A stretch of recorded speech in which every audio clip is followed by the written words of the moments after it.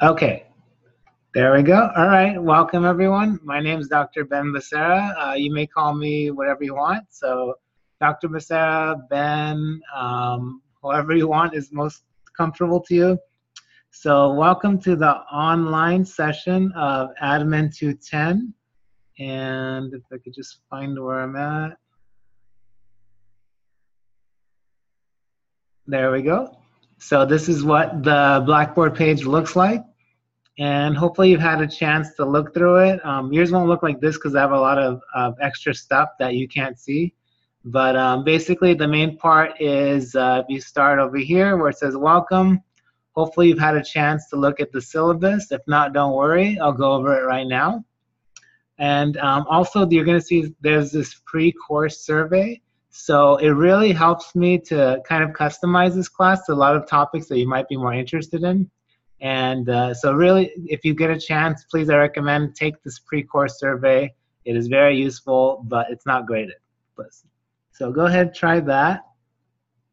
I'm gonna open up the syllabus and we'll go over it. Can everyone see my screen, by the way? I think I had it set so you can see all of it. Because sometimes if you don't have it set right, you only see like the Word document only. Okay, looks good. Perfect. Okay. So this is my phone number. It's not my real phone number, but it still works like one. So it'll get forwarded to my my cell phone. So you can send texts and pictures if you want, like of your homework that you're working on. I can help you with the question. You can call, but I usually, like, it automatically screens calls, so I may not make it in time to answer it. So text is better, and email is also good too. So my office hours that I'm in my office is from 3 to 4, 4 to 6 on Thursdays, and by appointment. And because you guys are online, you can click the same Zoom link, and I should be on it already. If not, once you click on it, it's going to send me an email saying someone's in the room. So I noticed somebody tried logging in last night, but I was probably asleep. So it does tell me when you're there, but if you want to have if you want to make sure I'm there, you can send me a quick text or email. But usually I should be there, especially during the office hours. But of course, these hours may not work for you, so we can always make an appointment and just let me know. So I don't have a required textbook. This is the reference text, and I might have an additional one with the My Stat Lab as extra credit, but I don't have any plans to kind of have it as a requirement. So right now, don't worry, no textbook, nothing to buy. So hopefully that's good. Usually everyone likes that. And basically this class is kind of more of an applied statistics. So we will cover a lot of the things that are typical, like z-scores or probability, things like that. We will cover that. Now, but that's going to be about like a third of the class. I like to keep a half of it so more towards using the statistical tools in applied settings. So we're going to cover that in terms of labs and a group project. So I'll talk more about that pretty soon. And here's all the stuff. And software, so we'll be using Excel. Make sure that you have the updated Excel on your computer. So a lot of you may already have Excel because it comes with your computer, but it doesn't automatically update. Luckily, you guys as students of CSUSB, you can get the free Office 365 that updates all the time. So the reason we want that is because the data analysis tools that we're going to use, they're often not in the old Excel, especially for Mac. So if you have a Mac and it says like Office 2011, it doesn't have it. You got to download it from the website, totally free, and it'll update it to the new version so you can have access to the tools. For the online class, I'm going to try to integrate this what's called R. You might have heard about it. This is actually a statistical programming language. It's starting to get, I mean, it's actually really big now in the field. If you look at a lot of even like entry-level jobs, they would like you to have some experience using R or even Python. So I'm going to be focusing on R this time, and hopefully we're going to, it's going to go smooth. I haven't tried it yet, but luckily because it's online, all the steps that we can go through can be recorded, and of course you can ask me for help. So basically this is a free program. It's available for any type of platform, so Windows, Mac, or even Linux. Linux is a little annoying to install it on. I've done it twice, but I can help you if you have a Linux computer. So with that program, we can do everything that we can do in Excel, but so much more. R is really powerful, but it is code line based. I mean, you're going to write your own code. Of course, the codes that we would cover for this class are very minimal, but it's enough to kind of introduce you to it. And I feel like if you get interested in it, there's a lot of free resources to help you out so you can kind of go far. And this could be your kind of career in like data science, which is, if you look it up, it's the #1 job out there is data science. Okay, so that's why I want to really expose everyone to this, because I feel it's very important. But we'll get more into that later. We don't need it. We don't need it for this first week. So class policies, I highly recommend you watch all these class lectures, because of course everything in the note is in the notes that I provide you, but you never know, there might be something where I can kind of help out by explaining it that might have gone over in the lecture, or maybe someone asked a question that was really good that might help you out too. So I recommend you watch it. If you need an accommodation for anything, please let me know. Probably by email is the best, and we can get that sorted out. This says don't cheat, so don't do it. And this one is saying not having access to the software is not a limitation. So this happens a lot where you might say that I'm trying to install it, it doesn't work. But the point is, if you install it now, then it shouldn't be an issue. So we're supposed to say that if your program, like if you're trying to install it and then your homework is due in like 30 minutes, it's not going to happen. A lot of these things take a while to download and to install. So install it and update Excel immediately. And I'll tell you when that R thing, we're getting closer to that, so you'll have at least like a few days to install that, because that also could be a large download with some issues.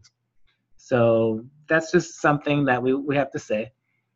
There is a support available through CSUSB if you are having issues trying to install Microsoft Office. So we can, I believe there's information for that in Blackboard under University Support and Tech Support. So that's under the Welcome and Start Here section. So check that out if you need help. For R and R Studio, they do not cover that, because that's kind of my own thing that I'm adding. So you can directly contact me if you're having issues with R and R Studio. If you don't know what that is, that's okay. We'll cover that in a separate lecture. Okay, so if you're wondering how you're going to be graded in this class, there's 5 main things, and I like to kind of split them equally. So look how there's 5 main things with 20% each. So it's not heavy on anything in particular. It kind of goes both ways. If you're expecting to just take 2 exams and woohoo, I'm done, no, it's not going to happen, because even if you only did the exams, that's just 40% of your grade. So the way I like to have it is balanced. So if you do everything, you will do really good in this class. You'll do fine. But if you skimp out and don't do the group project, ooh, not good. If you don't do the labs, that's going to hurt. So, but if you do everything, it'll be well balanced and you'll be fine in this class. So that's how I like to structure it. 1 midterm, 1 final, obviously online because it's online class. So the way I like to have it is it's open for the whole week for you to do it. Don't do it, don't wait till the last minute because it might close on you. Of course, if you have any questions, let me know, especially if like an exam question is unclear, or maybe you found a typo or something like that. Let me know right away. Send me a text or an email, whatever works. And then we're going to have 5 labs. So the labs are kind of the applied part of the class, where you're going to look at certain problems that I give you, and then you kind of just answer the question, and you have to know what tool to use. These are relatively straightforward. For example, when we do a descriptive statistics lab, we would have already learned things like bar charts and pie charts. and mean, median, mode. So when I ask you questions, they'll be related to that topic. And later we're doing things like t-tests. So when I'm asking you questions, there'll be t-test questions. Now the group project, I'll talk a little bit more about that soon, but that's going to be more like where I'm just telling you, giving you a question, but I'm not telling you what tool you're going to use. So now you got to apply everything you learned together with your group and figure out what you want to do in order to present that. And when I say present, there's no like talking present, but it's going to be something that you compile, maybe as like a PowerPoint or something else. But again, I'll get more into that pretty soon. And then every week, just to make sure everyone is able to look at all the material and apply it, there's going to be weekly participation. It's basically like homework, but I call it weekly participation because what we do changes a lot. So one day might be formulas and plugging in stuff. Another day might be like making a survey, which is kind of what we're doing this week. So hopefully that makes sense. That's kind of how I like to balance this. The weekly participation and the exams especially, that's why, actually everything, honestly, that's why I really use your input from that pre-course survey. So please go ahead and do that. I really, really appreciate it. Oh, and at the end, there's like these questions that ask you about statistics, specific questions. Don't worry about getting it right or wrong. Just try to answer it. It's just part of the process for me to assess if the class is working. And here's the grading scale. Any questions so far? No questions? Okay. So exams, 1 midterm, 1 final, online, not cumulative. So open notes. You probably won't have an issue with taking it because it'll be open the entire week. But if you do expect something to happen during that week, like an emergency ahead of time, let me know, and please provide some written documentation. Labs, I encourage group work, so working with a friend, but still everyone has to turn in their own assignment because you may or may not get different data. So you don't want to totally copy someone else and then you got something completely wrong. So I do encourage working with someone, but again, everyone turns in their own assignment. And same thing for the weekly activities. Also, everyone can work with each other, but I encourage to work with someone else if you want to, but always turn in your own thing, your own assignments. So the group project. So because it's such a large class, the teams in this group are going to have 7 students each. So that's a relatively large group. So it's kind of similar to real life where you're going to get a team of people where some people you know, some people you don't. So you can choose your groups, but you must allow up to 7 and you can't kick anyone out. Okay, so I recommend that you kind of plan out early, like how do you contact each other, and I'm gonna give a link that I hope is useful, but if not, you feel free to use any way of communicating and project management, things like that, especially ones you've learned in other classes. But to give you a general idea of what the group project's about is you're going to be acting like consultants in order to evaluate company data. For example, let's say I'm telling you, oh, you're consultants for Google, and they have some market research data, and they want you to analyze it and tell them what it means.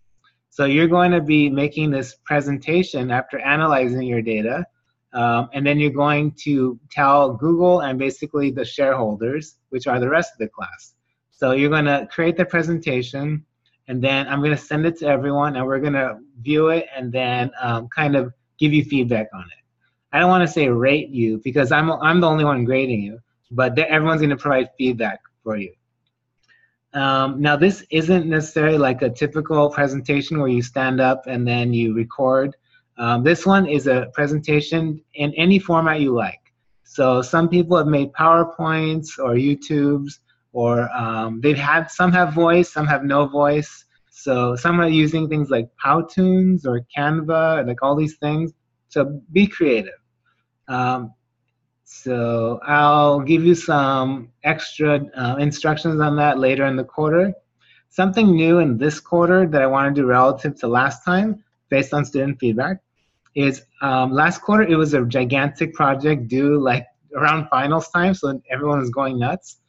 So I'm going to try to split it into two pieces. So you do half the project around the midterm and then the other half around the final. That way it's not too overwhelming, especially since a lot of you may want to be graduating and really don't want to deal with something like this.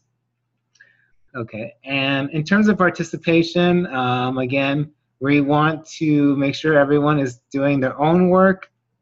But again, you can work in groups. Just turn it in so that you can get activity points. Because there's so many people adding and dropping the first week of class, I'm not going to be grading those for this week. So that means starting the second week, I'm going to be grading those. So basically, everyone has the free 10 points based on the first week. So if you miss a week activity, it's not going to hurt you because you get a free week. But after that, it's going to start cutting into your activity points. So don't do that. Late work is allowed, but it's going to start hurting because every day you're late, it goes down by 10%. So don't be late. There will be extra credit. I always do. I generally change it based on the needs of the class. Like for example, last quarter was using R, but now I'm going to make that part of the class because I think it's really important and I got good feedback from it. So it'll probably be something else. I'm thinking maybe doing that My Stat Lab as maybe as a group activity extra credit. I haven't figured it out. Basically, I figured it out from your feedback, suggestions, and just kind of what are the general needs of the class throughout. You probably won't even care about extra credit till after the first exam. So I'll tell you more about that later. Lectures are recorded live. What do you know? You might have just found that out right now anyways, so no problem. And no, there's no requirement to join, but I think it helps. I don't know, maybe not. No, I think it does. Definitely helps me, right? So when there's people here and I might say something that needs clarification, it always is a question that the rest of the class has. So I do appreciate if you're able to join, but again, it's not required. Also, if you think there's a better time that's you feel more students will be available, we can do that. I don't think this time is going to be set in stone. It's going to jump here and there to give more access to other people. But in general, we want it recorded so that in case you want to go back and listen to it again. Okay, so far, any questions? That was the syllabus. Any questions about the class? Just let me know in the chat box. If not, I'll go ahead and go to the first lecture. There's got a question. Let me see. Could we do noon? Depends on what day. Let me check my schedule. I teach some days at noon. Let me check, opening my calendar. Not on this screen, you shouldn't look at it. So then, let's see, tomorrow, nope, I teach at noon, so that's not gonna happen. Wednesday, possibly, I might be able to do Wednesday at noon. So either a Wednesday noon, that's it. So for now, possibly a Wednesday at noon. I'm gonna write that down tentatively and then I'll ask online and let's see how that works. So noon, possible lecture. Okay, cool. Let's see. So let's try the first lecture. Now, because this is a class that's done by a week, technically there's 2 lectures for me to go over now. I think I want to only do this one for now because this will be an extremely long video file. And I don't think you guys will want to hear me talk for like that long. So I'm going to only do this one, week 1A, and then week 1B we can cover maybe tomorrow noon. Yeah, maybe that'll work. No, wait, not tomorrow. Wednesday at noon. There we go. And if there's ever an issue where like something needs to be delayed, like in terms of what's it called? It says how long are the lectures? I'm asking because I have class at 2. Oh, generally my lectures are around 45 minutes to an hour per topic. So for example, this week, each one would be about 45. so about an hour and a half. So that's usually the way it goes. Like if it's anything like the in-person class, it's going to be just like that. So yeah, good question. Let's see. So go ahead and let's open up this intro to statistics. You're going to notice there's a Word doc and a PDF. The reason I do that is because a lot of times that it doesn't show well on like iPad, or like mathematical formulas don't show up in, like, you're trying to open it up in Pages for Mac, pretty much Macs, because Macs aren't as good as PCs. So then that's why I like to put a PDF, so that should look a lot better. So I'm going to open up this Word doc.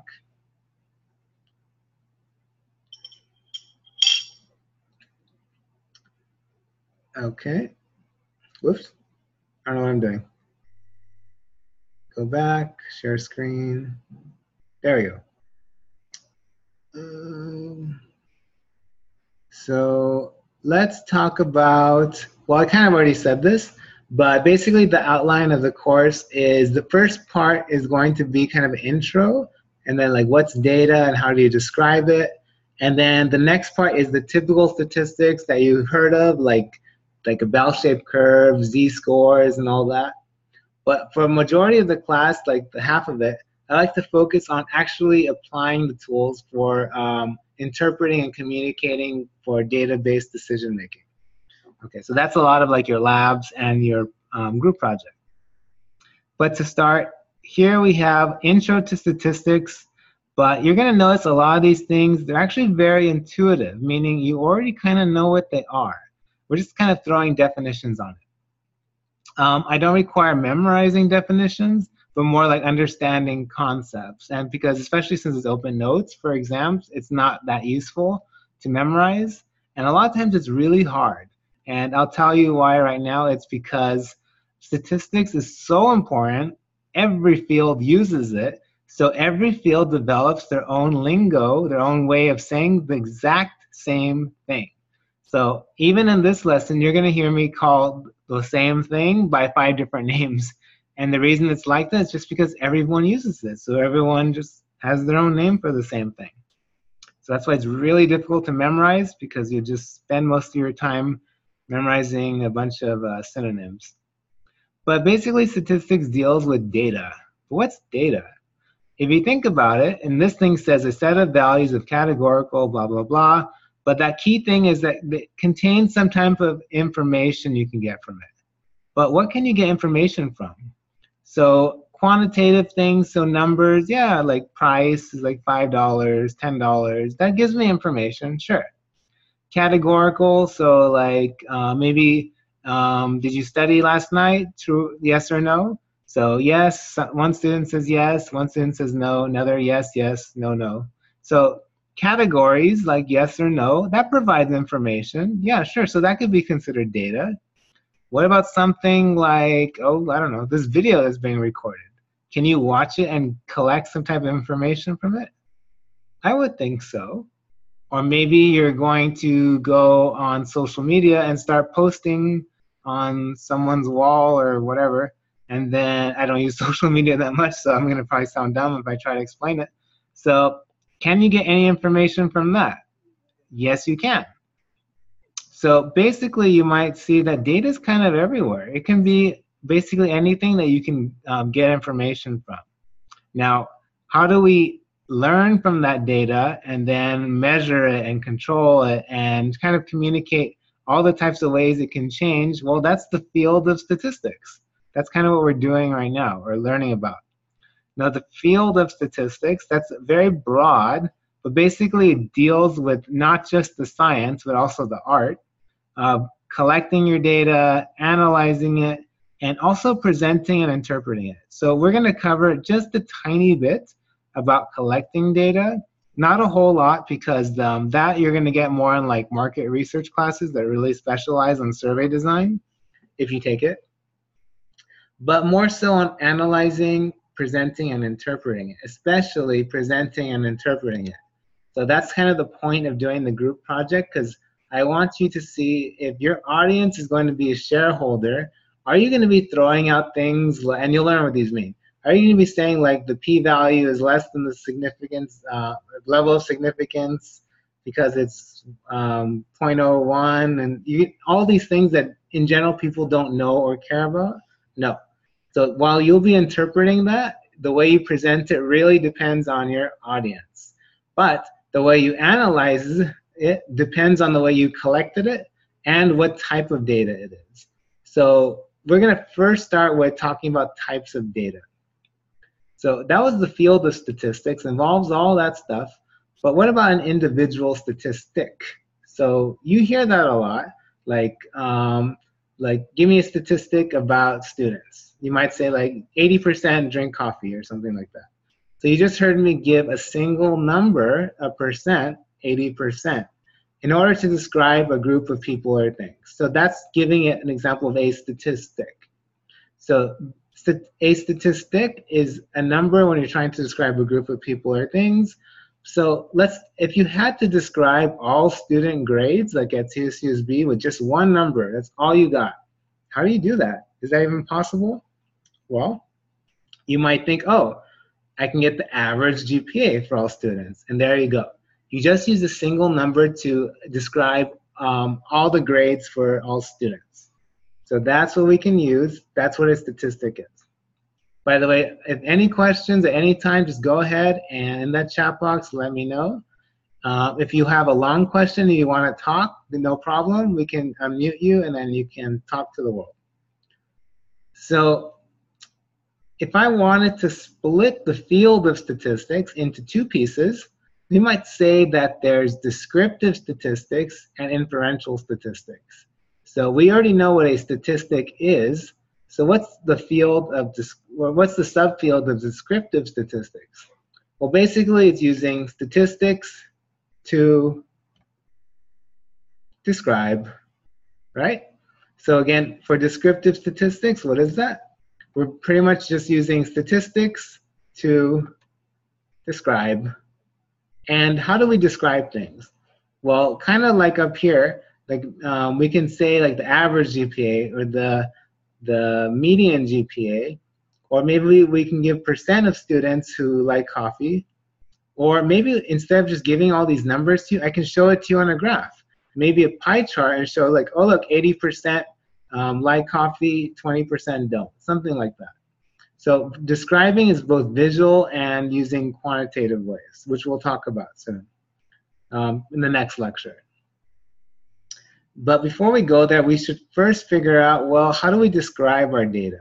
So data can be everything, but how do we start piecing it together and describing it? Because that's going to tell us how to analyze and interpret it. Okay, so here are some general terms. A lot of these focus on data that's in tabular form, so data that looks like this, like a spreadsheet in Excel. Okay, so a lot of these terms are based off that. But for example, and you're going to start seeing this immediately, the same concept, we have like 3, 4, 5 ways of calling it. So someone might say, well, look at your data and what's the elements of your data? Or what's the context? Or what's the unit of observation for the data you collected? You might be thinking, what? Huh? Well, they're basically asking, what is your data about? Right? Say, oh, okay, that makes sense. So what is it about?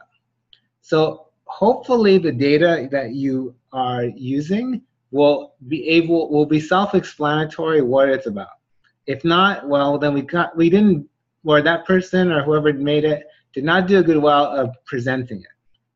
So let's try looking at this data table right here. Now there's no description on top or below it, so we kind of hope that it's going to be self-explanatory what it's about. So what do you think is the element? Meaning, what is this table about? So take a second to guess, see if you're still there, and type it in.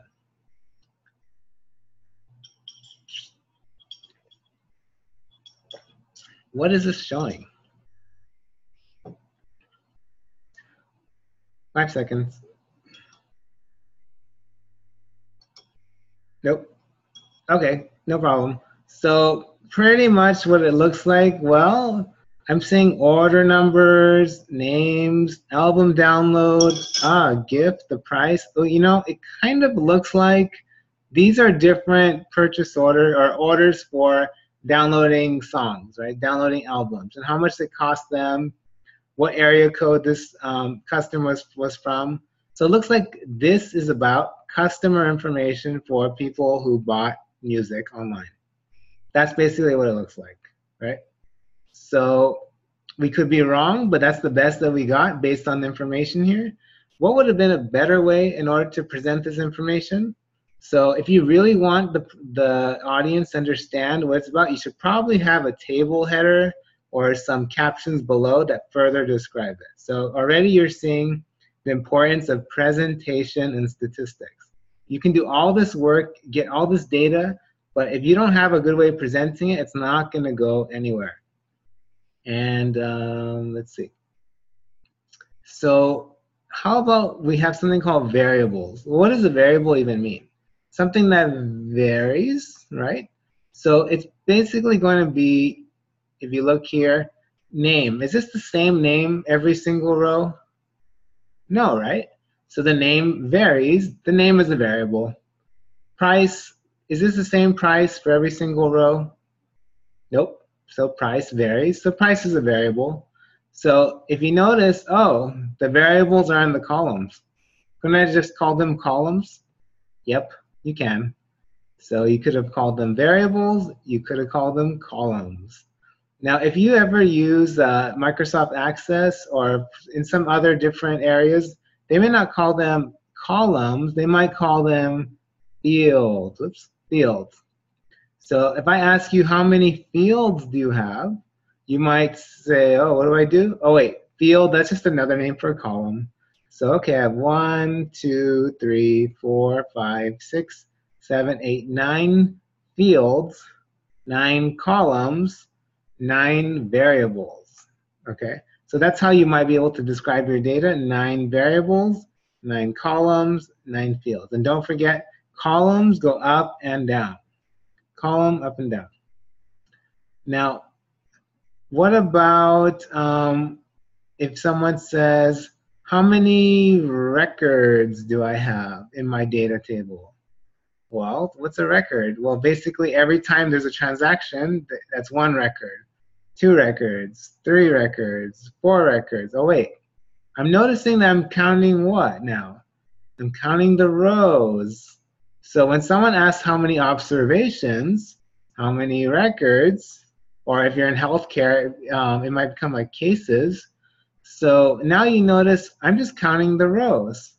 So there we go, another example of how many different ways of saying the same thing. So if you want to count the records or how many observations you have, you're basically counting the rows. So I'm going to count 1, 2, 3, 4, 5.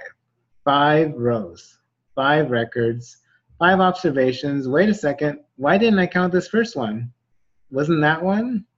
No, the first row up here, these were just the variable or column names, so you do not count that. That's where you start counting, where your data starts. So pay attention to that.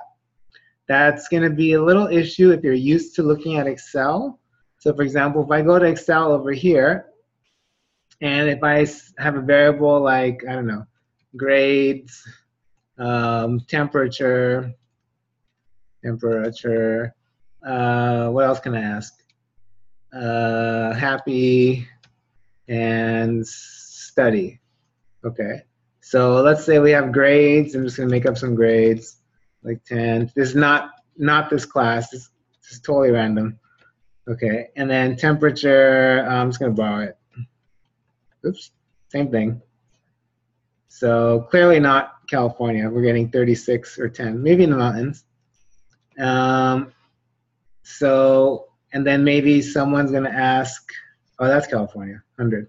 So are you happy today? Yes, no, no, yes, yes. Pretty much same thing like that. Oh, gosh. We got to throw in some in there. Definitely not this class. Okay, there we go. And how many hours did you study? Oh, I know. How many hours did you sleep? So let's say we have something like, I don't know, 0, 9. So something like this. Okay. Now you're gonna, what the question was, okay, how many variables do I have? Well, for that one, we knew variables, something that's changing. Oh yeah, that's the columns, huh? So okay, I got 1 variable, 2 variables, 3, 4, right? So the question was, how many variables are there? Oh, gotta make that not randomly change. There we go. How many variables? Well, we counted the columns. 1, 2, 3, 4. So the answer was 4. Okay. Now what? What about, okay, how many observations are there? I don't know. How do I start? Well, I see 1 to 10. Isn't it 10? Right? Nope. So you might be tricked because Excel already tells you 1 for the first row, but what do you notice about this row? It actually has the names of the variables. Your data starts on row 2. So you don't count on row 1, you count on row 2 in this case because you have labels for your data. So I'm lazy, so I'm gonna highlight it. If you notice if I highlight it down here, it counts for me. So you see, oh, we have 9 rows, so 9 observations. Of course, I could have gone 1, 2, 3, 4, 5, 6, 7, 8, 9, or do 10 minus 1. I guess that would have worked, but I like the highlighting way. So we have 9 observations. So what if I ask, what is going to be the value of the third row and second field? Second field, third row.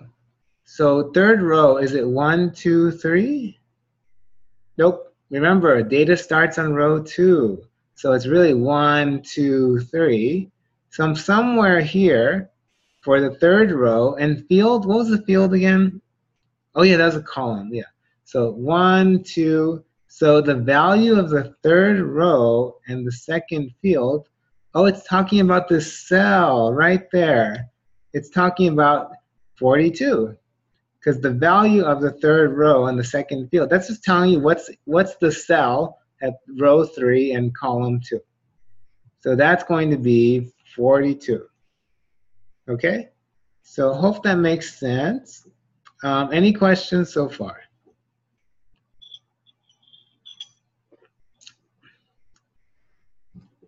Seems good. And of course, anytime, let me know. Let's see. Going on. So you see value, cell. Oh, you might call it data point too if you want. And I'm sure there's many other words for it too. But if I'd ask you what's the data inside the row 3 and column 2, you probably would have figured I'm talking about what's the cell, right? Because if you look at a spreadsheet, these are also called cells, individual boxes over here. Yeah, I know. A lot of different names for the exact same thing. Point is, I'm not trying to confuse you, but show you how important statistics is in so many fields that we have to make our own name of it for it. Okay, so that's one major part, but you probably noticed something like, well, sure, I have 1, 2, 3, 4, 5, 6, 7, 8, 9 fields, 9 variables, but there's something about this variable, price, that's just not quite the same as this variable, state, country. So wonder what that is. So, I guess the most obvious thing is, well, price is a number and state, country is not.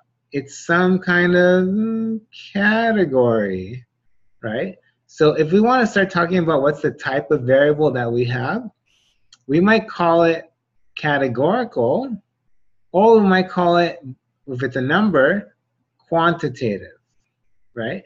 So basically, does it have categories or does it have numbers? Okay. Turns out we can also split categorical based on if we can put it in order or not. So that's 3 different choices. And actually, we can split it some more, but I'm not going there in this class. It's not going to be that useful. So I forgot to get rid of that.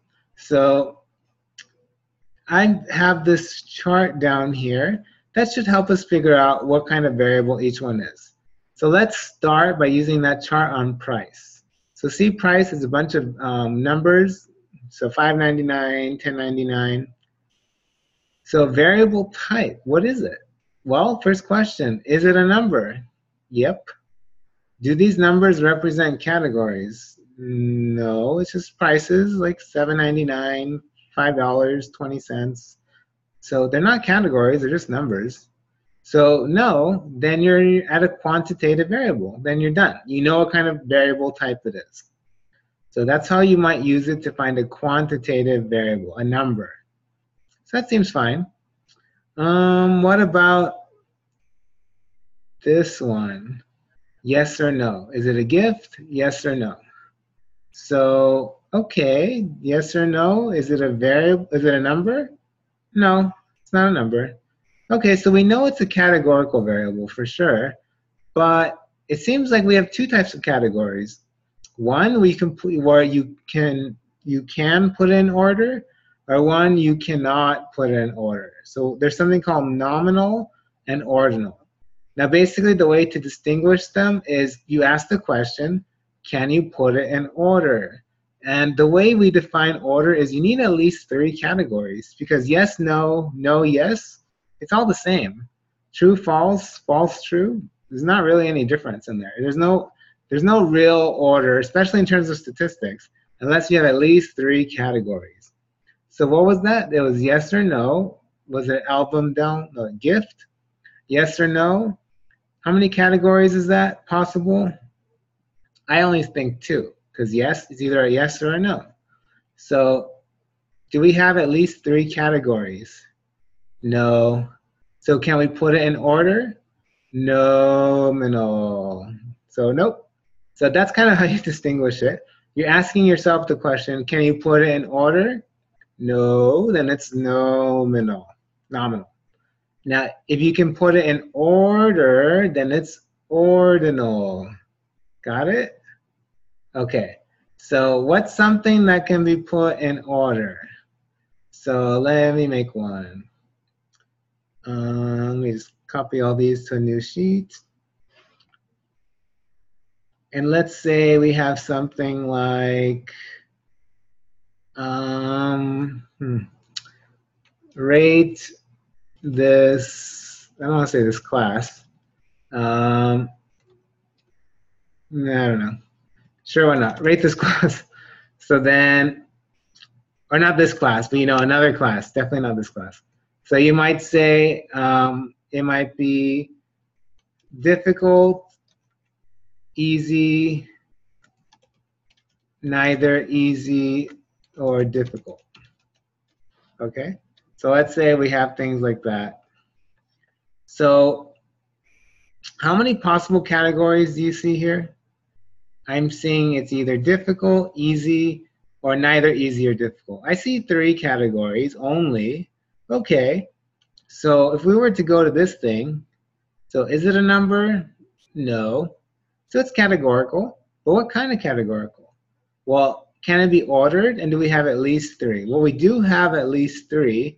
Can we put this in any type of meaningful order? Keyword is meaningful. So difficult, then neither easy or difficult, and then easy. Yeah, that works. Yeah, I see that as having a rank order, right? You can go from difficult to neither easy or difficult, and then to easy. So 3 categories at least, and we can put it in order. So yes, so because we can put in order, we call it ordinal. Now, you probably noticed this step. It says, do you have 8 or more categories? So somehow we need to answer that before we can really decide if it's ordinal. The reason for that is there's something weird that happens once you have a little bit more categories. So what if I said rate this class, and on a scale of 1 to 10? So 1 equal, no, let's first start with 1 to 3. So 1 equals, let's see, easy, 2 equals neither, and then 3 equals difficult, right? So then according to that, if you want 3, 1, 2, 3, 1, 2, 3, 1, 2. So do you see what happened? Instead of writing this really long text, writing difficult, easy, I just wrote a number where 3 represents difficult, 1 represents easy, and 2 represents neither easy or difficult. So you see what happened? What do you see here? Well, these look like numbers to me. So, okay, back here, is it a number? Yeah. But do they represent categories? Oh, wait, yeah, they do. 1 isn't really a number 1. It's just a placeholder representing easy. So, yeah, they represent categories. So we're back to categorical. And we're going to come back here eventually where it says, yes, this is categorical ordinal. But what if we had this thing right here? Do you have 8 or more categories? Why is it even asking that? What if I rated this class on, let's see, rate class where 1 is low and 100 is highest. So on a scale of 1 to 100, oh gosh, then I'm going to get stuff anywhere from 1 to 100. That's quite a lot of things we can get. So I can get a 7, a 97, a 28. So wow, that's, I originally intended it for the categories because, you know, they represent various categories. I just happen to have 100 categories. So is it ordinal? Is it a number? So the funny thing is that ordinal and quantitative, they kind of overlap in a gray area where ordinal starts to become more like a number as you have more categories. There's not really a preset way to find that out. In fact, as an analyst, you would actually decide when you would do that. So I've seen applications where people have chosen 5 categories to be a number or like 15 to be ordinal. So because there's so much variability and it's a little bit of a gray area, for the purposes of this class, in order so everyone will not get confused, if we have 8 or more, that's the cutoff point. If we have 8 or more categories, we'll say, okay, you know what? That's going to act like a number, so we're going to call it a quantitative variable. So, and based off that definition, now you can see, okay, so we intended it in the beginning to be ordinal because they are categories, but because we have so many categories, 8 or more, we're going to say this is quantitative. And over here, we have 3 categories. That's definitely less than 8. So we're going to say that's ordinal. So far, is that making sense?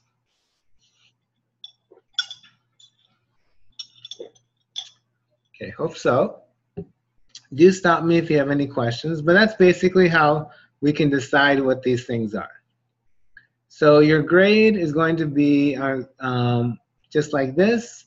So you might say, oh, I'm seeing numbers. This is going to be quantitative, right?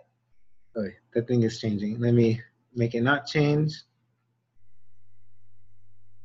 By the way, if you ever want to do these things, it's totally outside the purpose of the class, but I like to play with formulas. So if you ever want to get random numbers, you can use the rand between function.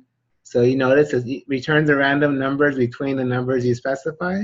So rand between, and then let's say I want a random number between 10 and 100. So there you go. And every time you click somewhere and you press enter, it'll change. Well, usually. There we go, yeah. So it just randomly changes. And if you want it to ever stop, you got to copy it and then paste as values. And then that'll make it stop jumping around. Okay. That was just extra. You don't have to know that. Just for fun.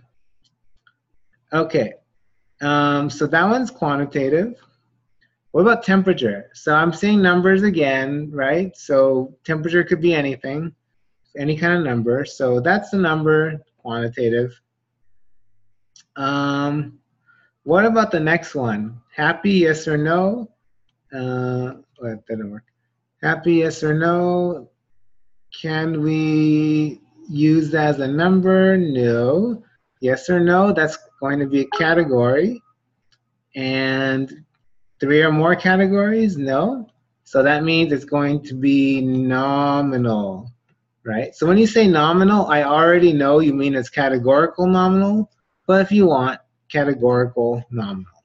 And again, the reason for that was because we have categories and we only have 2, and they can't be in order because you need at least, what's it called? 3 or more. Trying to make space for it. Okay, so how about sleep? So how many hours did you sleep? So one more time, that's going to be quantitative, because how many hours? It's a number. Rate this class difficult, easy. We said we have categories, 3 different categories, and because we can put it in meaningful order, it's going to be categorical ordinal. And the next one was meant to be tricky, but it's, you see a number, but numbers represent categories, so we know it's categorical ordinal. And last one, we said we have so many categories, above 8 or more, we're going to call that quantitative.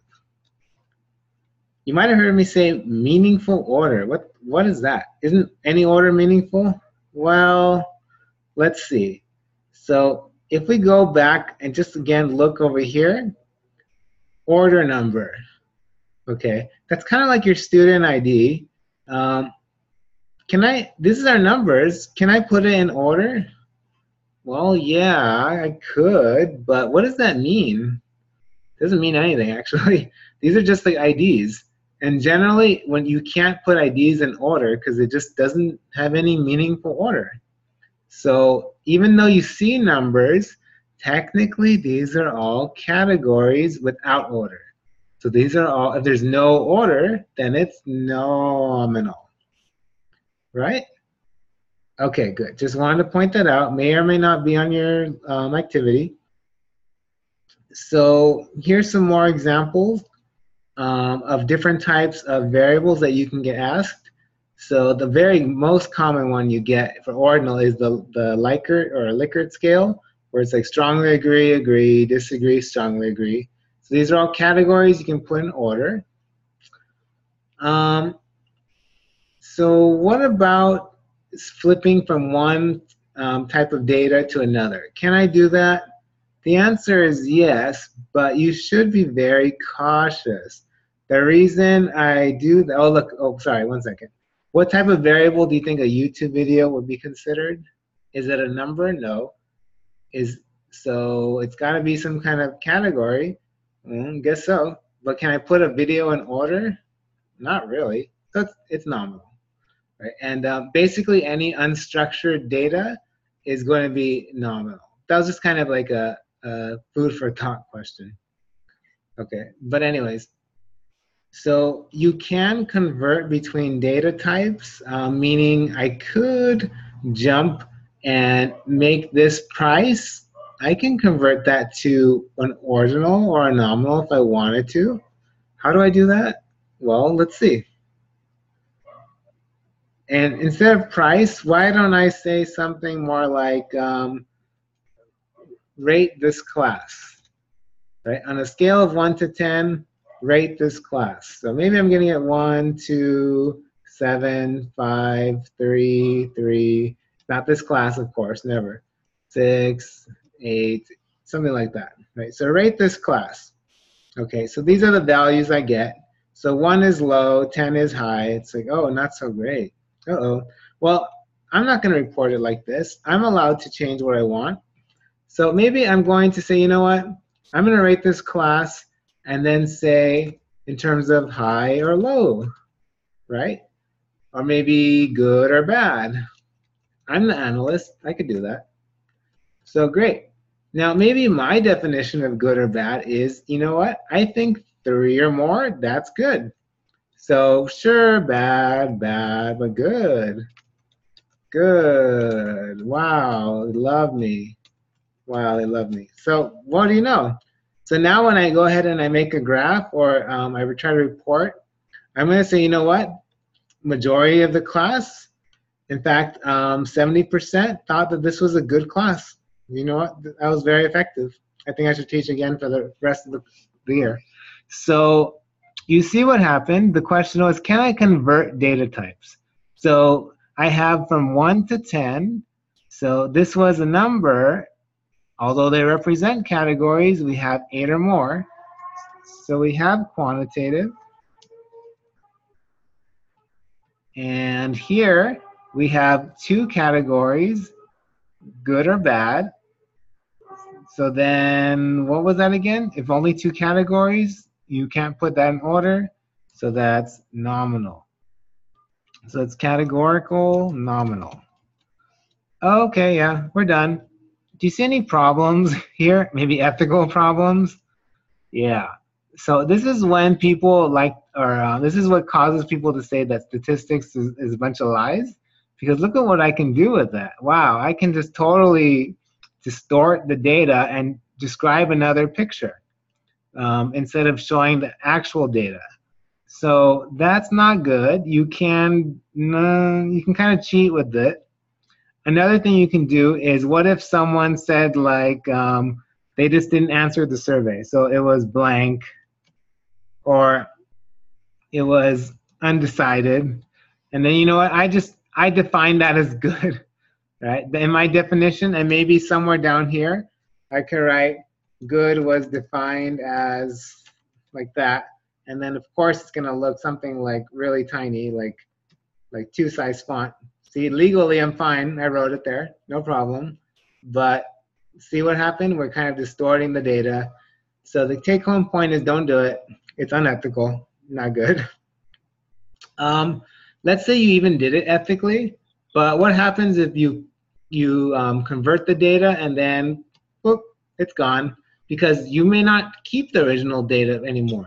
And this is pretty common when you run reports. You're gonna aggregate data. So now, let's say you have some kind of a question, or like you notice, oh, there's a trend. It's showing that people who are saying good, there's some pattern where some are doing really well and some are not doing really well. So even though they're rating the class good, there's still some pattern. We need to look more into this and kind of what's called disaggregate, or look further at smaller, finer levels of data. And like, that's nice, but we don't have it. So not only when you combine data or you kind of change it, you can distort it, but at the same time you will lose information. I can't go back anymore, right? If I don't have the original data, I'm stuck. So that's another issue that you should be aware of when you're trying to convert data types. Hope that makes sense. Any questions so far?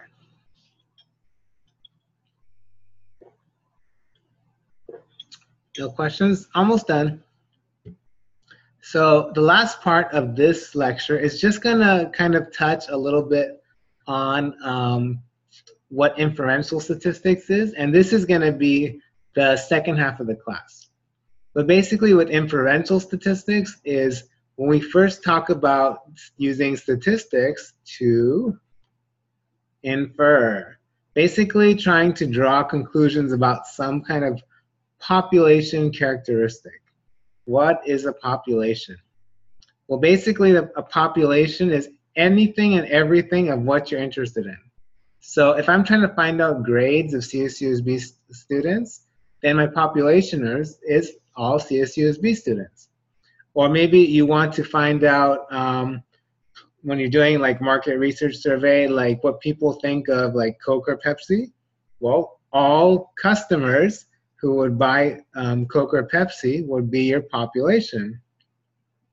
So what do we do? Like, I want to know the average satisfaction score for Coke drinkers versus Pepsi drinkers. Okay, I'll just go and survey every single person who would buy Coke or Pepsi. No problem, done. Yeah, can't really do that. So that's why you notice, and a lot of times, although we want to understand the population of all Coke or Pepsi drinkers, we can't access them, either because we just don't have the availability, the time, the resources, or it's just not possible. So instead of doing that, we can collect a smaller subset known as a sample in order to understand our population. So basically, that population, I wanted the average of the population.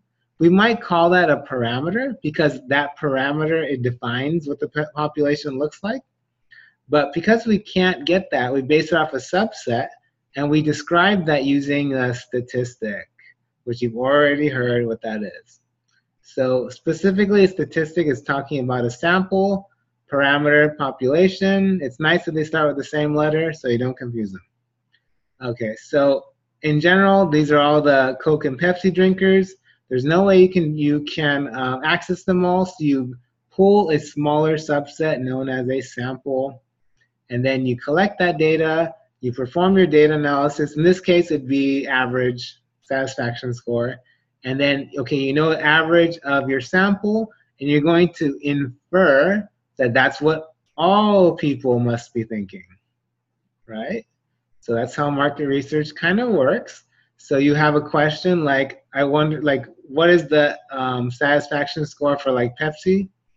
You can't get everyone, you get a smaller subset of people, and then you find the average of that smaller subset, and you get the average, the sample average.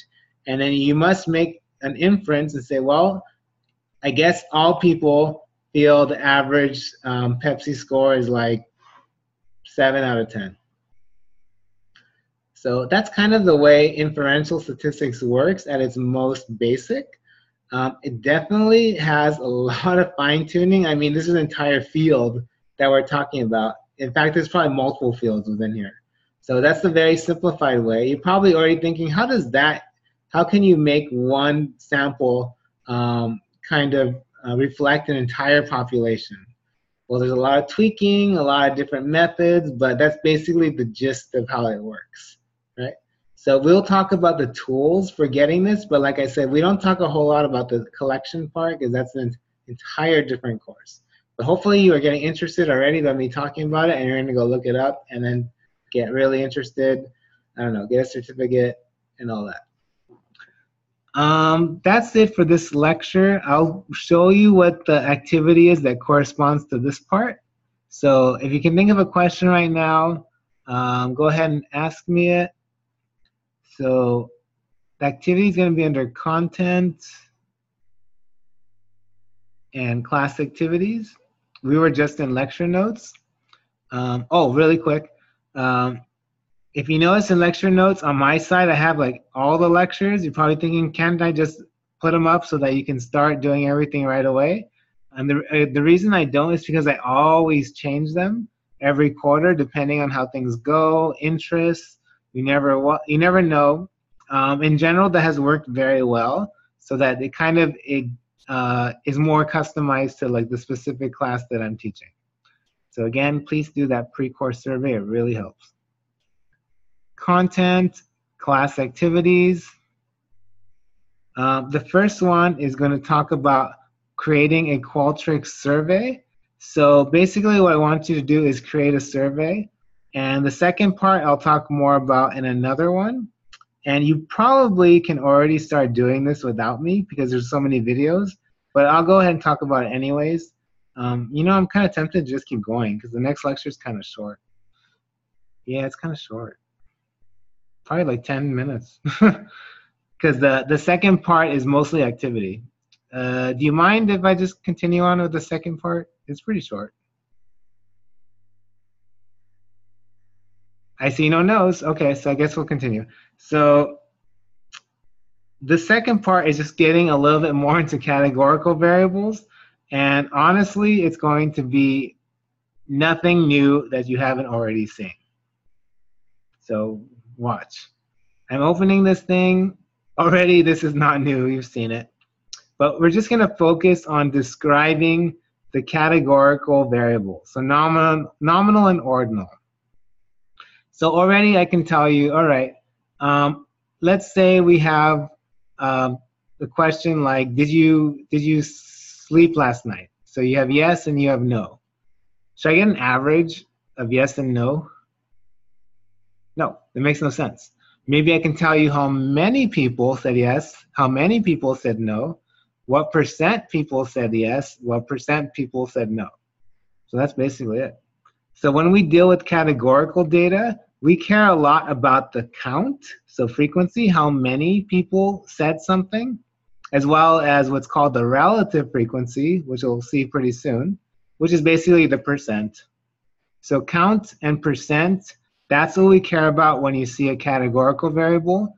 You're going to think that's really obvious, and it is, but be careful when you're doing the labs, or not the labs, but the group project, because you may second guess yourself, and even though you're seeing yes, no, or true, false, you may try to get an average of that, just because you have so much on your plate and all these 6 other group members, hopefully they're all doing their work.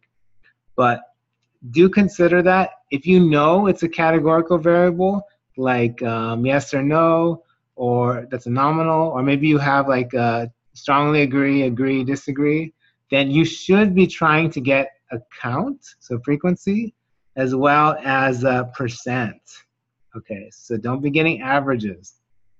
So in this example, we have, I guess, they ask students what career you want in life. And here are all the different categories.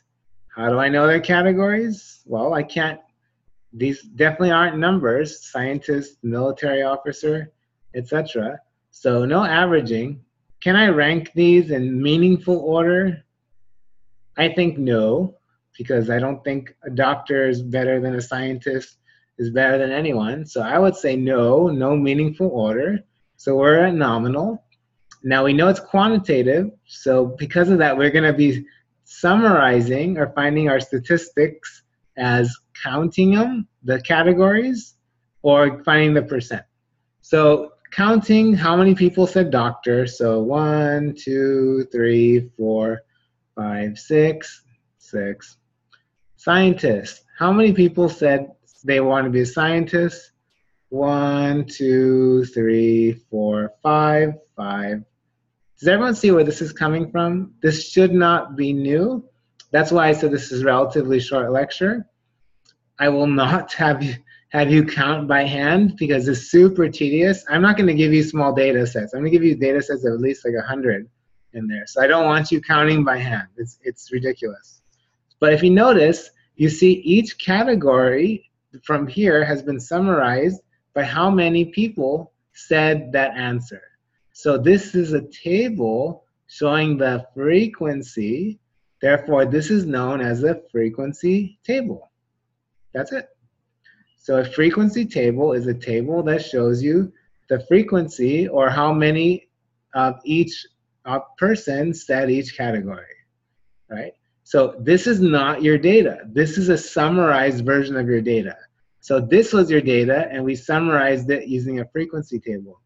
So sometimes when you see this, you might get confused. You're like, oh, look, numbers average. So then the average career was 4.5. I'm saying that kind of in a mean way, and I kind of apologize ahead of time because you kind of get tempted by doing that when you see this. But just recognize that this is a frequency table, meaning it's summary of our actual data. It's not our real data.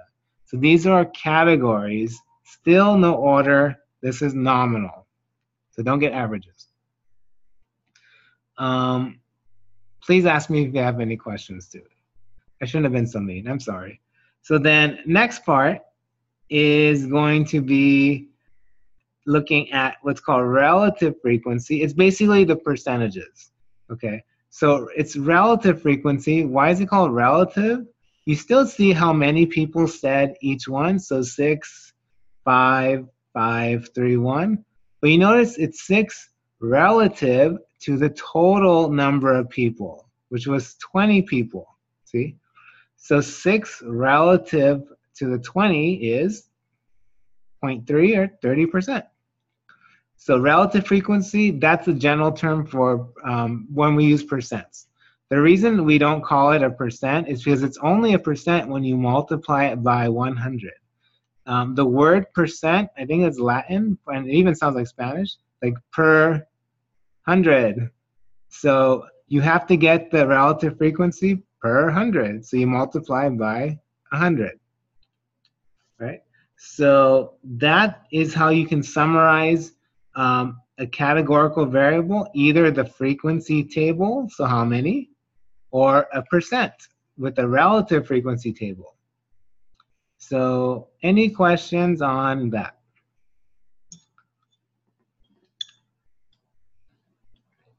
No questions? Okay. So the next part is, wow, it's going to be annoying to write so many different frequency and relative frequency tables all the time. I wish there was a way to visualize that with like a graph. What do you know there is? So how do we turn this into a graph and this one to a graph? We can either use a bar chart, bar graph, or a pie chart. And I'm sure you've seen these before. So we might have either using the percent on the y-axis, and or we can have the count, the frequency. So either one will work. So here we can see, oh look, it's a bar chart. So without looking at this one, ignore it. Around how many people said they want to be a lawyer? Like what percent? So you go to lawyer and you say, oh, it looks like around 15%, right? And how about for doctor? So, oh, it looks like doctor around 30%. That's it. So that's how you read a bar chart. Now, I am going over it quickly. If you do need more review, please let me know. I can find a resource for you, and I think there might already be one on the video links that I put. So that's going to be how do you read a bar chart. We'll make it pretty soon in Excel and eventually in R. But for now, what about if I didn't want it in a bar? What about a pie chart? Ah, there we go. So, okay, great. Here's a version where we have it as a pie. So if I were to ask, well, what was the category that had the least amount of people saying they want to be that? Well, the smallest slice, that's athlete. So it seemed like the lowest percent of the pie is an athlete, so the least amount of people wanted to do that. Now you might be thinking, well, how many people or what percent? Well, this wasn't that great of an effective chart then, was it? Because you can't see any numbers. So sure, visuals are really nice in summarizing data and give you an idea of how things are in terms of the different categories. But you have to consider who is your audience. So what if you needed to know a little bit more, like what percent was this or how many? So you should consider going ahead and adding labels. So again, we talked about how statistics includes like an art instead of just as well as just a science. So that's this part. Data visualization is a big time art. How you communicate your data matters a lot. If you're like me and you're terrible at designing things, one thing that is really useful is consider your audience, and if you're lucky, you have access to a smaller subset. So like, for example, I do a lot of research, and it's for like an academic audience, so luckily I know a lot of professors. So I might have them review some graphs I made, and if they don't know what I'm doing, then I know it's bad. So I basically showed it to a smaller subset of my audience, and they will give me feedback. Like, what does that mean? Like, why is that one a different color? Is that more important? Like, oops, I never thought about that, right? So you look at this thing, and you see gray. Does gray mean that it's like less important than like the blue one? It's like, oh, I didn't think about that. That didn't pop out to me. So when you're making graphs and you're not so sure about your audience, the best way is to find a smaller subset and then try to get feedback from them. That's what I'm going to do differently in this quarter versus last quarter. Last quarter, I had the entire project for the group due in one shot. So it was kind of too late to get feedback. I'm hoping in this part to have the visualization part first so you guys can get the feedback mid-quarter. So let's see how that works out. Okay, so let's see. So we can actually collect data and create these tables and relative frequency percent tables in Qualtrics. I actually want to do that second. But let's first do Excel. That's actually go down here. So Excel can do that. It can make frequency tables. And remind me what that was again? That's tables of how frequent or how many were in each category, and relative frequency tables, and basically what percent in each category. Excel does this using what's called pivot tables. So you may or may not have used pivot tables, no problem, because there's plenty of resources to help you even besides this recording I'm about to do. So let's try making a pivot table, which is basically an easy way to get a frequency table or a percent relative frequency table. So let's go ahead and get some data. Why don't I just use this? Why not?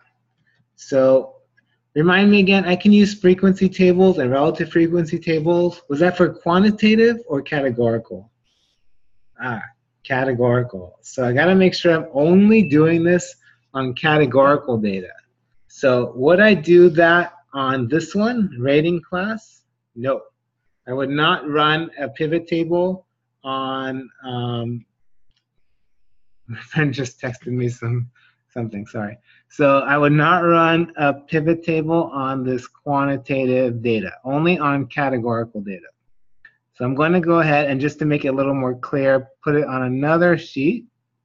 So rate this class good or bad. What other questions could I have? Maybe was studying effective, right? And maybe it'll be like agree, strongly agree, disagree, disagree, strongly agree, strongly disagree. Maybe a little more of these, getting some more data, making it up. Agree, agree. Okay, so let's just deal with these. So this was going to be categorical. This is also categorical.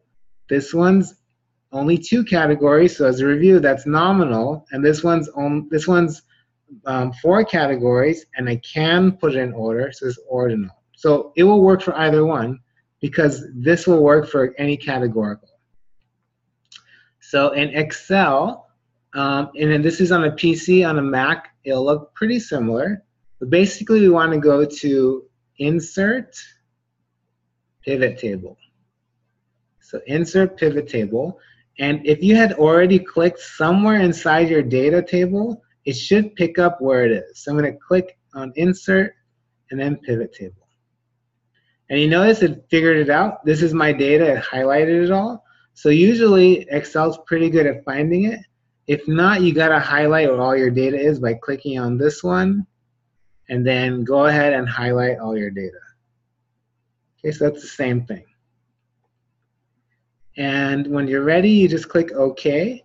This one's just saying it's going to put the pivot table on the next page, no problem. So click OK. Now you have this thing. And before I even start, the most common thing is, it's gone. What happened? Start over, delete. Don't worry, that window goes away all the time. So if you click on this pivot table, at the top, you'll see you can go back to the pivot table tools, and then you should be back in this window, and you'll see field list is off. So go ahead and click that, and it'll pop right back. Of course, you can start over, and then it'll come back. Okay, so let's try making a frequency table for rate this class, good or bad. So remind me, frequency table, that's going to tell me how many people, or how frequent, was good, and how many people said bad. Not too hard. You basically click it, and if you click it, it's going to usually go to the rows if it behaves correctly. If it didn't, no worries. You can actually manually click somewhere over here and drag it to rows. Okay. Now you notice, okay, it has good and bad and good. Now I want to know what's going to be the, how many people said each one. So you can drag rate this class to values. And now you notice it picked the count. That's what you wanted. The count is the frequency. So how many people said bad? 3. How many people said good? 7. The end. So if you were to make a if you were to have a question that said how many people said good, you would say, oh, 7. Now you might think, well, couldn't I just gone back and counted it? Yeah, but what if it was like 1,000 different rows? You don't want to count manually. This is a very good way of doing this. It's a great way to summarize data, especially used in like on the job. Okay, but what percent? I mean, I could manually calculate it, sure, but if you want to convert this to percent in PC, not in Mac, too bad, you can right-click, and then you can show values as percent of total, grand total. So that was a right-click inside your data, and then show values as percent of your grand total. Ah, now I know 70% of people said good, 30% said bad. So you have the option of making this a frequency table, or now this is a relative frequency or percent table. So it's not too bad at all, is it? Depending on your Excel version, you may have something that's called pivot chart, or if you don't have pivot chart, you can just go back to insert, and you're going to see all these charts over here. So pay attention to that. Either way will work, but let's say I wanted to have a bar chart. Okay, and this thing is in the way. So if you ever share your screen, it puts a bar at the top. Oh, good, I can move it. But it kind of blocks everything there. So, okay, I got it out of the way. So I want a bar chart of this, or a pie chart, whatever. Let's say I wanted a pie chart. So I'm going to click inside this data, and I notice, see this little symbol? It says insert pie or a donut. So why don't I do that? Click it and insert a pie chart. Wow, ready-made, good to go. So that's a pie chart, and you know how to read it, but you might notice, ooh, it's not that great, needs some labels. Click on design, and you can do that. I don't really have you do this too much, but it's going to be really good for you if you get it to play around with this, and this will be good for your group project. So look at that, and you can see that we can have data labels maybe inside, in the center, outside. Look, anything you like, go ahead and play with that. I like that one. Sure, why not? So it says good or bad, but it's saying total. What's total? I don't know. So click on that and just rate this class. I changed the label to make it more understandable, right? So remember, presentation is a big deal in terms of statistics. So there we go. We just created a pie chart. So that's how you can summarize your data using a pivot table, and go ahead and create this pie chart. Now you think, what about the other one? What was it? Bar chart? You should be able to also do that too. And if you go under design, you can also click on change chart type. So you can change chart type, click on that, and say, you know what, I wanted a bar. And Excel calls bars horizontal bars. And if you wanted a vertical bar, they call it a column. But they're really the same thing. So you have a column or a bar. They're both bar charts. One's just on the side. The other one's on the going up and down. Up to you. So let's say you want to do that. Change the bar. Done. So whatever you feel like. You can also change this thing over here, like the axes. Not so important for my class, but again, if you're using this on the job, you may want to play with it. So you would double click it, and then you can start playing with these things. So like maybe you wanted to decrease the number of units that it has. So maybe you want it like every 20%. So you can do that. So you see what happened? I only wanted to show every 20%. So you can play with that. It's not a big deal. For my class, design is not it. It's more the interpretation. But again, it is important. As long as you know how to get to this tool and use it, that's when you can start playing around and getting to the really finer details of it. Okay, trying to think of anything else. Like I said, for PC, you just right-click and change show values as something. If you want to go back to the frequencies, the counts, just do no calculation. I don't think this is in Mac. So you would have to go over here under values. You see there's like a little arrow, or I think in the Mac it's like a little circle I. Click on that, and then go to value field settings. Okay, and now you're going to see sum, count, average, all of this stuff. So you want to make sure it's on the count. Okay, sometimes Excel doesn't do a good guess and it gives you sum. So make sure you change it to count. But here it guessed pretty well. So double check that. It should say count. Sometimes it guesses wrong, gives you sum. And then show values as, and that's just like right clicking, but show values as % of grand total. That's exactly what we did before.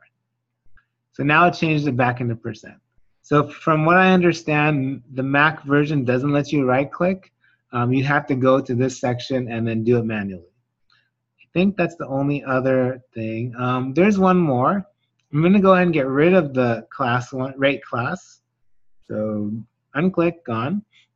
And now I'm going to use the studying effective, right? So I'm going to move one. Remember, it's in the rows, but we also want it in the values. So a studying effective, wow, it already knew what to do. That's just really cool, right? The only one thing it doesn't know is it doesn't understand what the order is because it just does alphabetical.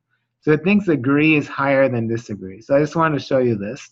Although it got all this right, and it looks good here, if you wanted to start with strongly agree, click on there and right click, and then it's saying move strongly agree up or to the beginning. And for us, we want it right at the top, so we put to the beginning. So that's the correct order, right? And if it wasn't correct, you can still move it or everything around so it's all in the right positions that you want. Now this makes sense. Strongly agree, agree, disagree, strongly disagree. Wow, most people agree. This class is awesome. So that's the information we would use.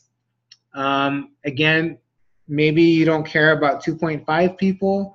So if you can double click that and you can play with these units to make sure it doesn't look like that. So maybe you only want it to have like every one whole person. So that makes the most sense. Hope that makes sense so far. Any questions on the pivot table?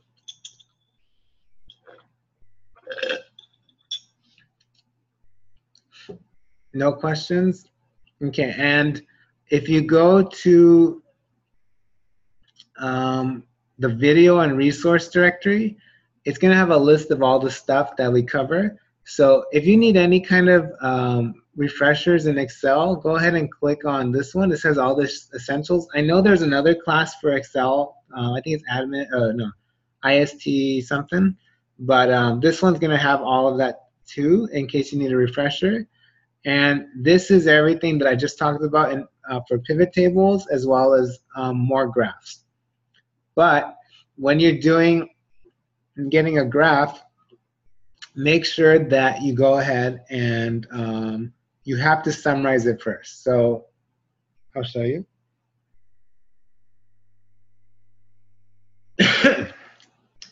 Excuse me. So, right. Excuse me. So then, where was that data? I think I put it over here. So if I try to make a graph on this, it's not going to work. It would only do it on the freq. Oh, I got a question. Oh, thanks. So if I wanted to, oh, what did I do? I went to like drawing mode. I did not have that.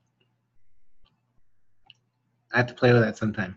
So then if I want to make a graph of this, remember first I went to insert pivot table and then found the frequency table or relative frequency table. I can't do it right away. See, if I try to insert like a column or maybe a pie chart, it doesn't know what to do. It's going nuts. It's giving me nothing. Or it might give me junk, right? So make sure that you summarize it first using a pivot chart, a pivot table. So that was that. Next part, briefly, is how you make a Qualtrics survey. And I'm only going to show briefly because honestly, this tool is best learned by playing around and having a lot of fun with it. So Qualtrics, you probably have used that all the time, but you never noticed it because businesses are always using this platform along with something that, along with SurveyMonkey, that's the other popular one, in order to create surveys and submit to get some kind of data or feedback, usually market research surveys. You probably took some already through CSUSB. They use this often. The reason they use this often is because they bought a very expensive license for you to use, so please make use of it and learn it because the free version does not have all of the stuff that this has. So I recommend to use it, and you kind of have to for the in-class for the activity. So you're going to go to this website, csusb.qualtrics.com. Let it load.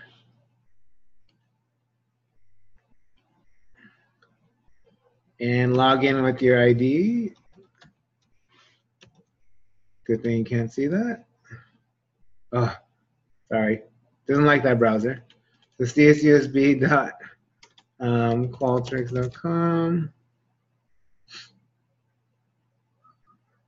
No, I didn't want to log out. Oh no. So I have this VPN on, unfortunately, that locks me out of CSUSB sometimes. I'm hoping it didn't activate and block me because CSUSB doesn't like it when I have it on and I have to restart my computer. So, oh, yep, that's what it did. So I can't log in unless I restart my computer. But luckily I have screenshots, so I can still keep going with it. It wouldn't have been any different. So basically, log in, and when you first start, it's going to ask you to create a little profile, I think. So go ahead and do that. But the main thing you want is on the upper right. You're going to see this big button that says Create a Project. So you're going to create a project, and then you're going to give it a name. I just happen to call it ADMN210 Class Example using a new blank one. But honestly, if you're going to do this for a project or you want to play around with it, highly recommend look at this existing library or exist from a copy. Like I did this for an MBA class when I was taking it, and we had to create a demographic survey, and what a pain to go through all those questions and find the right ones. Nope. This has all the templates ready made. Just click, import, done. You got like 10, 15 questions that are the most commonly asked. So please play with that. Can you use this for this activity? Yeah, you can, but it won't be as fun to make your own questions. So go ahead, try that out. So after you make this new blank project, you click Create Project, and you're going to already be into the window that lets you create questions. It's very self-explanatory. You're going to see a big green plus sign, and in that plus sign, that's going to tell you whether or not you want to make a question. You click on it. You're going to see a lot of different types. The most common is multiple choice, and honestly, that's you're only going to need to use multiple choice and the text box. The reason you would use multiple choice is for, well, categorical variables, and the reason you would use text box is to get numbers, right? So if I want to ask what age are you, or like how many, I was going to say CDs, or how many, I don't know, what do you own? How many likes do you have on your profile? Then you would have a text box where someone can enter a number, right? You wouldn't have like categories for that one. So the nice thing about Qualtrics is it tries to predict what you're going to ask. So if you start typing strongly agree, you're going to notice, boom, it's going to automatically fill in the rest for you because that's such a common question. So it's really nice and predictive. It should be self-explanatory. Basically, you can add more categories or delete more by using the plus or minus buttons. And this is the window it'll look like. The default is multiple choice. So if you click on automatic choices, it's going to give you the most common ones. So it'll give you 5 choices of poor to excellent. So it'll be excellent, somewhat excellent, neither excellent or poor, fair, poor. And you can do that by playing around with it. Basically, I only require 3 questions, and then go ahead and submit the link to make that public. I wish I could log in to show you where that is, but basically you would click on distributions. Okay, so at the top of your survey, if you want to send it out, and you do need to get this link for me to give you a grade, click on distributions and then click on anonymous survey link. And that'll give you the link that anyone can access to take your survey. So we'll be making surveys this week and then taking each other's next week. So please do that. If you happen to work with someone, it'd be nice that you tell me their name and ID, but again, if you work with someone, no problem, but please, everyone submit their own assignment. Okay. After that, you can create bar charts and pie charts, but you don't have any data yet, so we'll deal with that next week. Hope that made sense, guys. Slight technical difficulty at the end, but seems like we got through it. Thanks for sticking around for so long, and I really hope this doesn't mess up and stop recording or anything that goes wrong. But you guys have been really great, kind of quiet. But if you have any questions now, let me know. Take like 10 seconds to see if anyone has a question.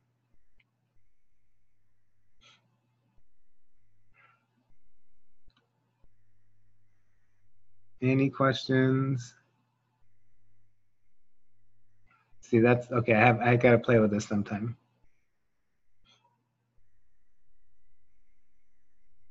No questions? Okay. So if not, thanks so much for joining. I'll get this online once it's done recording. Hope you enjoy the class. This is the first week. So at any point, if you have any questions, text, email, all of that. But thanks again for taking the class. Have a great week. Bye, everyone.